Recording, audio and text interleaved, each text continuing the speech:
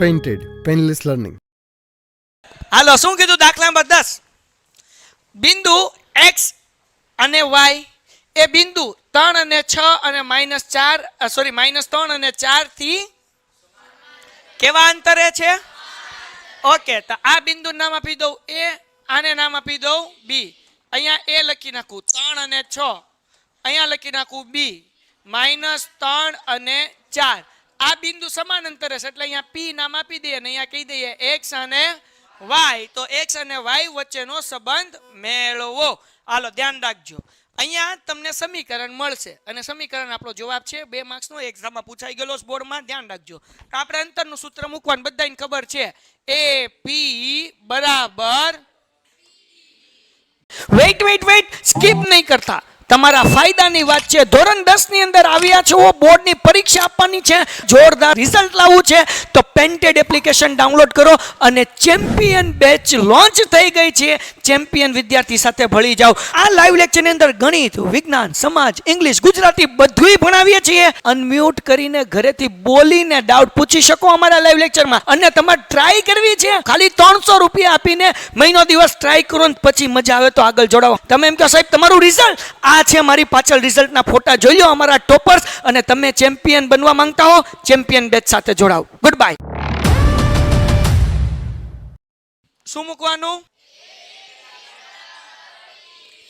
અંતરના સૂત્રમાંથી રૂટ કાઢવું છે એટલે આપણે અહીંયા શું મૂકીશું? વર્ગ. હાલો ડન થઈ ગયું.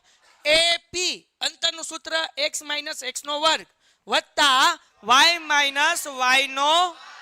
હવે ધ્યાન રાખો, AP a નો x કોણ છે 3, p નો x કોણ છે x એનો વર્ગ, પછી a કોણ છે 6, y આનો y કોણ છે -4 એનો વર્ગ. સમજાણું?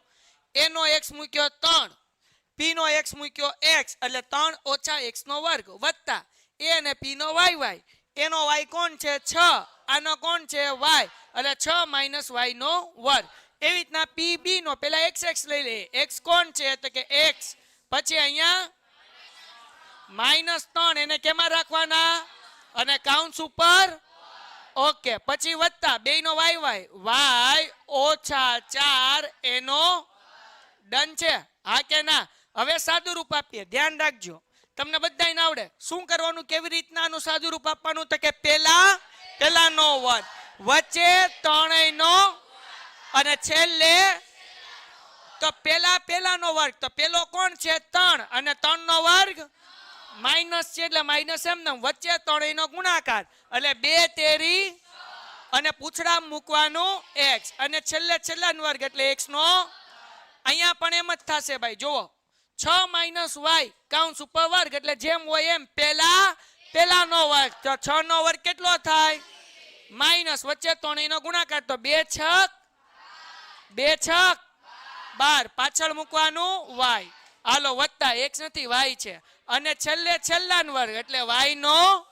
ચાલો ડન થઈ ગયું. બરાબર ની આ બાજુ થઈ ગયું પૂરું. હવે બરાબર ની આ બાજુ અહીંયા ધ્યાન રાખો, x જેમ કરતા હતા એમ પેલાનો વર્ગ. પેલા કોણ છે x એટલે હવે હું સફેદ કલર કરું. x નો વર્ગ ઓછે વચ્ચે 3 નો ગુણાકાર એટલે 2 તેરી પૂછડા મૂકવાનું x અને છેલ્લાનો વર્ગ તો -3 નો વર્ગ કેટલો થાય? હાલો ડન થઈ ગયું. વત્તા અહીંયા સાદું રૂપ આપવાનું,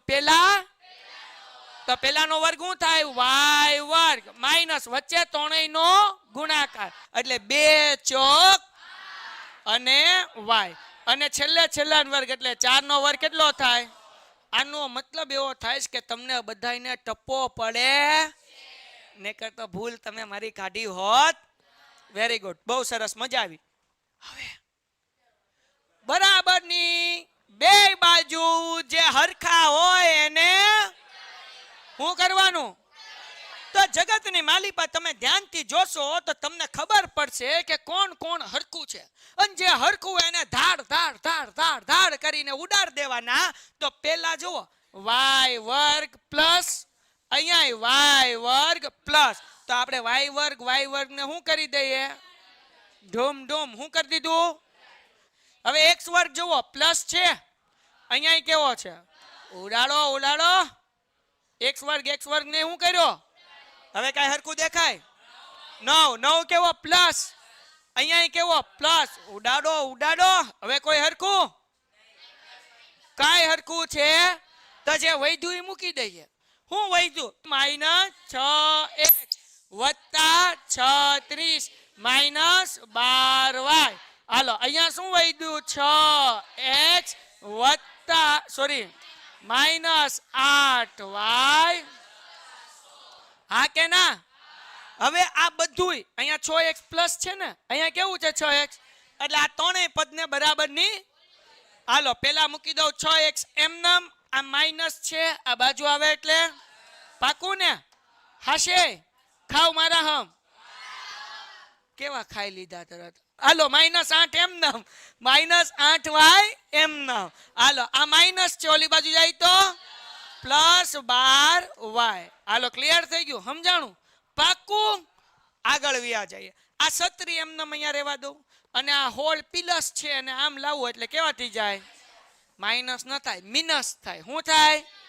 કેમ? હોલ પ્લસ છે, આ બાજુ આવે તો પ્લસ હોય તો માઇનસ થાય, પ્લસ હોય તો મિનસ થાય. સમજાણું કે ન સમજાણું? એમ. હાલો આગળ વ્યા જઈએ. સમજાય તો ઠીક, બાકી કાંઈ નહીં. આ છત્રી એમને મૂક્યા, હોલ પ્લસ હતા, આમ આવ્યા એટલે માઇનસ છે. 36 માંથી 16 જાય, 20 19 નહીં ને, 36 માંથી 16 જાય. હા હાલો 6 અને 6 કેટલા? 12x વત્તે ઓછે 12 માંથી 8 જાય, પણ પ્લસ કે માઇનસ?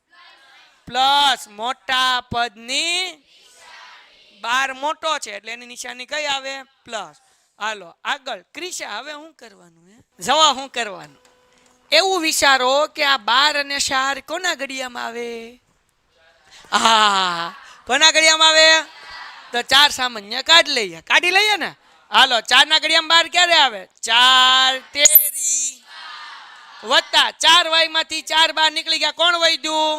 y. આ 4 ગુણાકાર છે, આ બાજુ આવે તો 20/4 = 3x વત્તા 5 ચોક. એટલે આપણને જવાબ મળ્યો. દાખલો થઈ ગયો પૂરો. તેથી કરીને લખવાનું શું છે? 3x વત્તા y બરાબર 5. હવે અહીંયા ધ્યાન રાખો, અહીંયા ધ્યાન રાખો, અહીંયા ધ્યાન રાખો. આ જવાબ લખશો તોય ખોટું પડશે નહીં, પણ તમારે આ જવાબ લખવો હોય તો તમે આમ લખીએ કે 3x વત્તા y અને આ 5 પ્લસ છે, આ બાજુ આવે તો -5 = ડન થઈ ગયું. અને બીજી વસ્તુ અહીંયાથી પણ તમે કરી શકો. આ જે 16 ને આમ લાવ્યા ને, એના બદલે છત્રીને તમે કઈ બાજુ લઈ જાઓ? આ બાજુ. તો અહીંયા એક જ બાજુ જવાબ આવી જશે. તો કરી દઉં કે હાલશે? Painted Painless Learning.